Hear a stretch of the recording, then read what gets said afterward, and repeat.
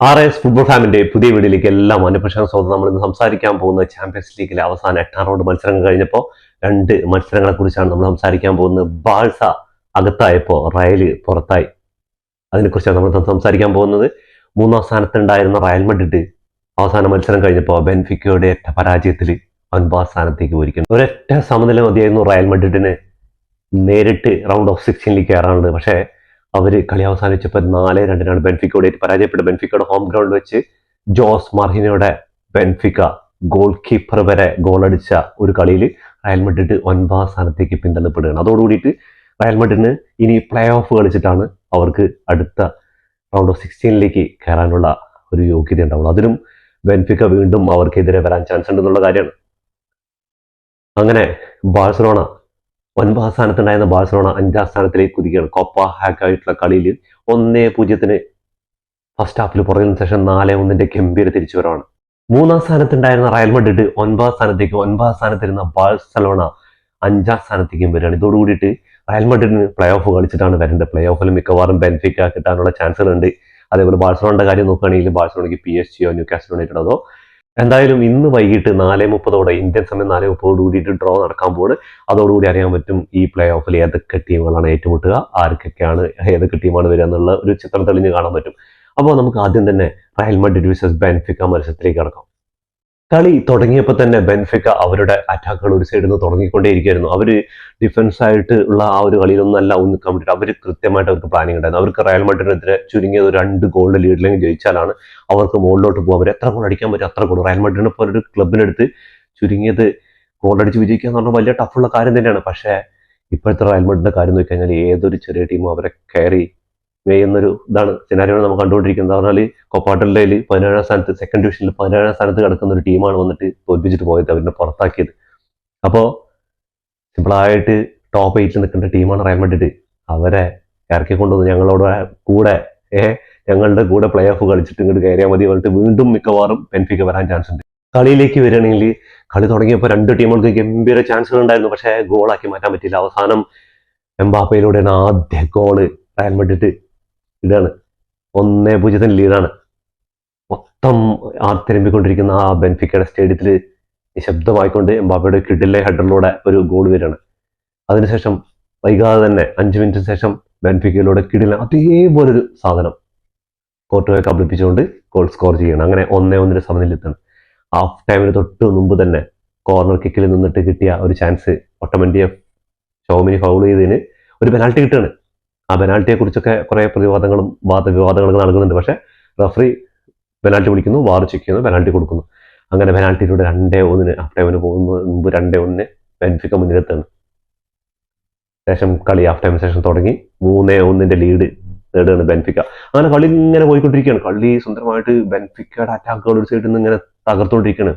റയലിന്റെ defence ഒക്കെ ഇങ്ങനെ defence എന്താ ചെയ്യുന്നറിയില്ല. ഫസ്റ്റ് ഗോളിൽ ആ അസെൻസിയൊക്കെ സ്ലിപ്പായി വീഴുന്നതും അതേപോലെ ഇവർ ഉള്ള ആ ഒരു പൊസിഷൻ ഇല്ലായ്മയും ചില സമയത്തൊക്കെ 4-3 ഒക്കെയാണ് വരുന്നത്. ഡിഫൻസിൽ 3യും ബെൻഫിക്കയുടെ 3-4 പ്ലേയേഴ്സൊക്കെ വരുന്നത്.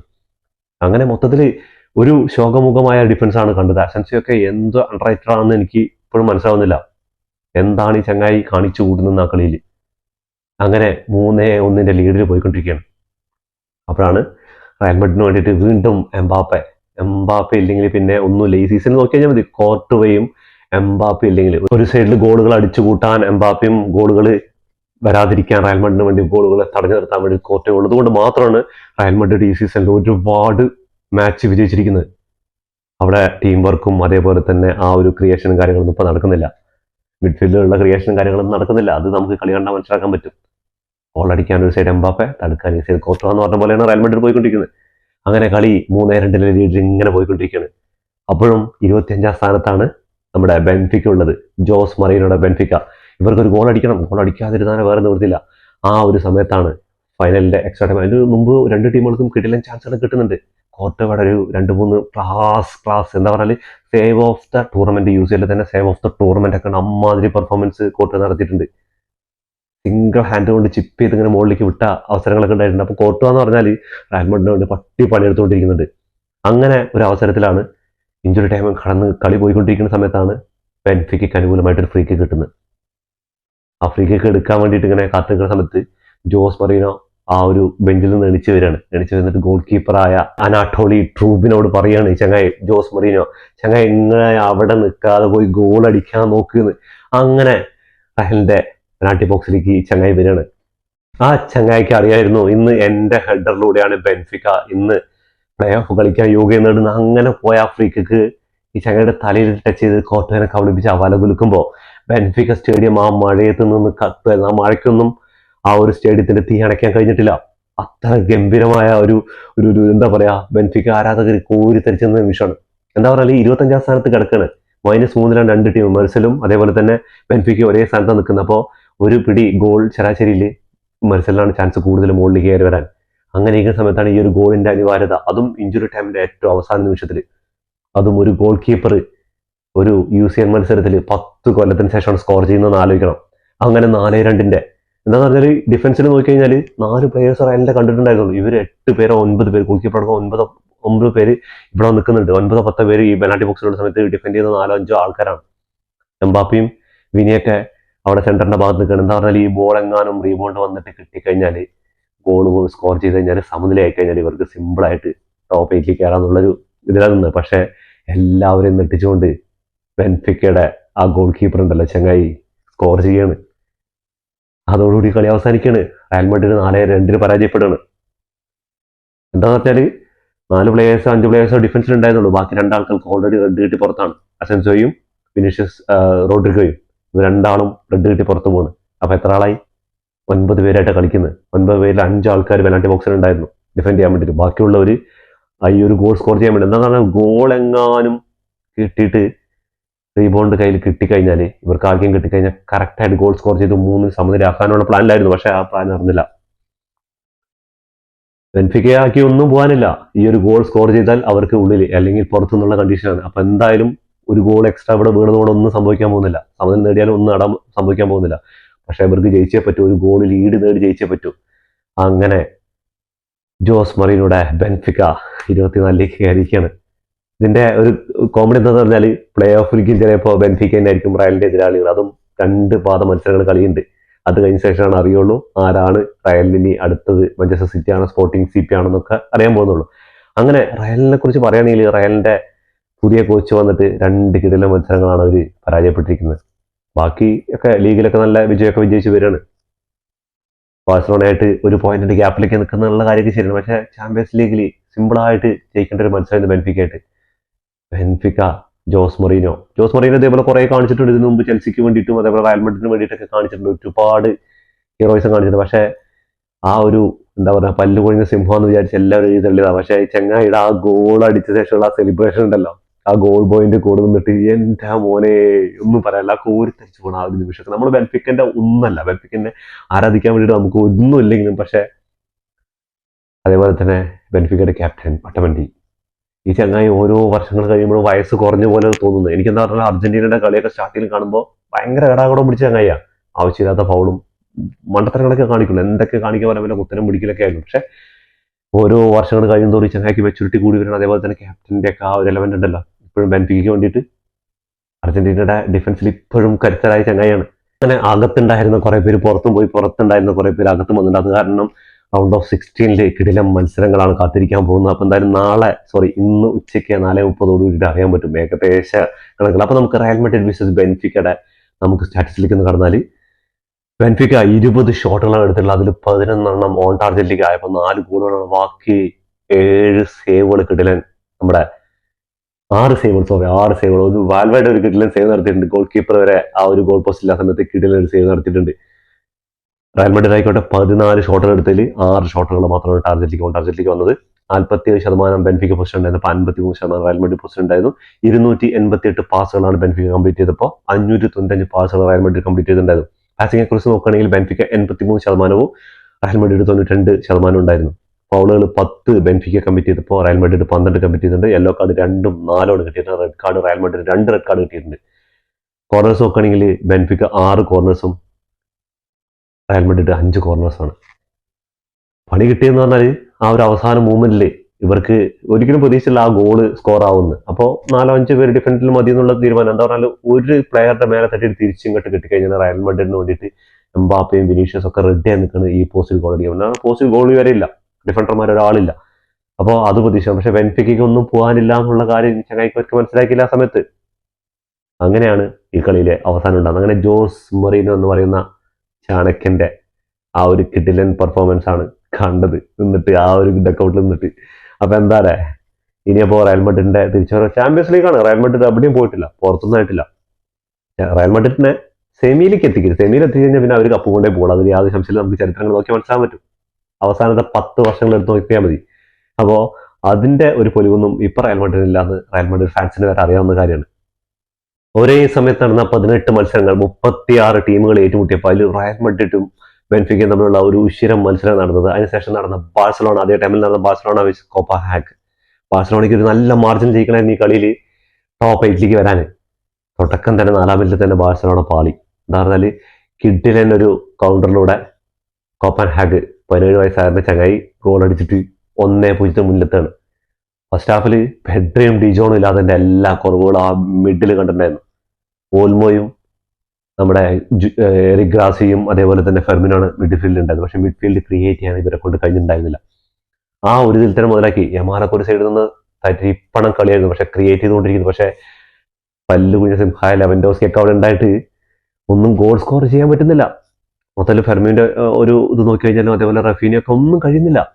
ഒരുപാട് ചാൻസുകൾ ക്രിയേറ്റ് ചെയ്യുന്നുണ്ട്, കിട്ടില്ലൻ ഓപ്പർച്യൂണിറ്റീസുകൾ കിട്ടിയിട്ടുണ്ടായിരുന്നു ലെവൻഡോസ്കിയൊക്കെ ഫസ്റ്റ് ഹാഫിൽ തന്നെ ഗോൾ സ്കോർ ചെയ്യാനുള്ളത്.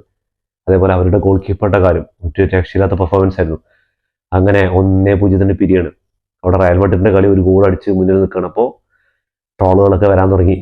ബാഴ്സയ്ക്കെതിരെ ബാഴ്സയുടെ ഗ്രൂപ്പിൽ തന്നെ പറയാൻ തുടങ്ങി, ഈ കളി ഇങ്ങനെ പോവുകയാണെങ്കിൽ 1-0 അല്ലെങ്കിൽ 1-1 സമനിലയിൽ അവസാനിക്കുള്ളൂ. പക്ഷെ സെക്കൻഡ് ഹാഫിൽ ഒരു കിഡിലൻ സബ്സ്റ്റിറ്റ്യൂട്ടോട് ബാഴ്സലോണ തിരിച്ചു തന്നെ. എന്താണ് ഈ ഹൻസി ഫ്ലിക്ക് ഈ ഡ്രസ്സിംഗ് റൂമിൽ പോകുമ്പോൾ ചങ്ങായിമാർക്ക് കൊടുക്കുന്ന അറിയില്ല.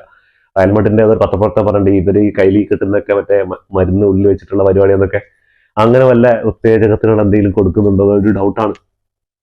എന്താ പറഞ്ഞാൽ സെക്കൻഡ് ഹാഫിൽ ഈ കളികൾ ഒരുപാട് കഴിഞ്ഞ സീസൺ മുതൽ തുടങ്ങിയ ഹൻസി ഫ്ലിക്കിന് എപ്പോൾ കിട്ടിയാലും, പണ്ടത്തെ ബാഴ്സയൊക്കെ എന്ന് പറഞ്ഞാൽ ഫസ്റ്റ് ഒരു ഗോൾ കിട്ടി കഴിഞ്ഞാൽ പിന്നെ കഴിഞ്ഞു, ഇവർ ഉരുട്ടി അവസാനിപ്പിക്കുന്നു. പക്ഷെ ഇപ്പം അങ്ങനെയല്ല.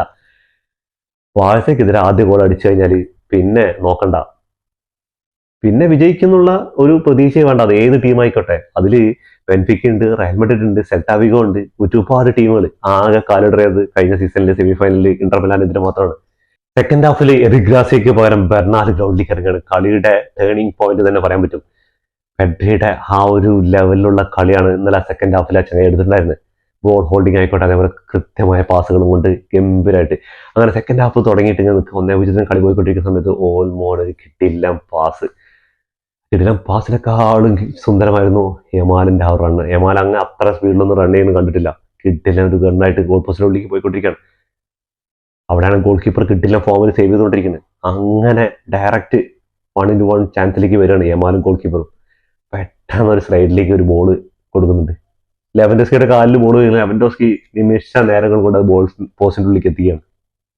അങ്ങനെ 1-0 മുന്നിലെത്താണ്. പിന്നെ തുടങ്ങി മോനെ ബാഴ്സയുടെ ഒരു സൈഡിൽ നിന്നുള്ള ആക്രമണങ്ങൾ ഠമാർപ്പട്ടാർന്നായിരുന്നു ഓരോ സൈഡിലൂടെ. അതിന്റെ ഫലമായിട്ട് തന്നെ കൃത്യം വൈകാതെ തന്നെ യമാലിലൂടെ കിഡിലൻ ഒരു, അത് പറഞ്ഞൊരു ഡിഫ്ലക്ഷനാണ്, പക്ഷെ ഒരു കിഡിലൻ ഗോള് പോസ്റ്റിന്റെ വലതുമൂലയിൽ ഇങ്ങനെ ഇറങ്ങാണ്. എന്താ സെലിബ്രേഷൻ എന്ന് പറയാം. ആ ഒരു സെലിബ്രേഷനെക്കാളും ഗംഭീര സെലിബ്രേഷൻ ആയിരുന്നു ഫസ്റ്റ് ലെവൻഡോസ്കി കൊടുത്ത ആ ഒരു അസിസ്റ്റിന് വേണ്ടിയിട്ട് യമാൽ എടുത്തത്. എന്താ പറഞ്ഞാൽ അത്ര നേരം ആ ഒരു ഗോളിന് വേണ്ടിയിട്ട് അത്രയ്ക്ക് ആ ചങ്ങായി പ്രയത്നിച്ചിട്ടുണ്ട്. അങ്ങനെ മൂന്നാമത്തെ ഗോൾ വരുന്നത് ലെവൻഡോസ്കി ഫൗൾ ചെയ്തതിനാണ്. അത് ഒരുപാട് വിവാദങ്ങളൊക്കെ ഇപ്പോൾ റയൽ ഫാൻസും അതേപോലെ മറ്റുള്ള ഫാൻസുകളൊക്കെ ആ ഒരു പെനാൽറ്റിക്കെതിരെ പറയുന്നുണ്ട്. അത് പെനാൽറ്റി തന്നെയാണ്.